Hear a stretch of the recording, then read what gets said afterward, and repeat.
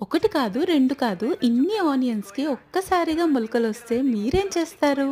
నేనైతే ఈ ఆనియన్స్ మధ్యలో ఉన్న మొలక పార్ట్‌ని టచ్ చేయకుండా మిగతాదంతా ఒలిచి కర్రీలో వాడుకున్నా. మధ్యలో ఆ రూట్స్ పార్ట్ కూడా కట్ చేయకుండా చూసుకోండి. తర్వాత వీటిని ఒక బౌల్‌లో వాటర్ ఏసి దాంట్లో పెట్టేసుకున్నా. ఒక 2 డేస్‌కే మనకు మంచిగా మొలకలొచ్చేసినాయి.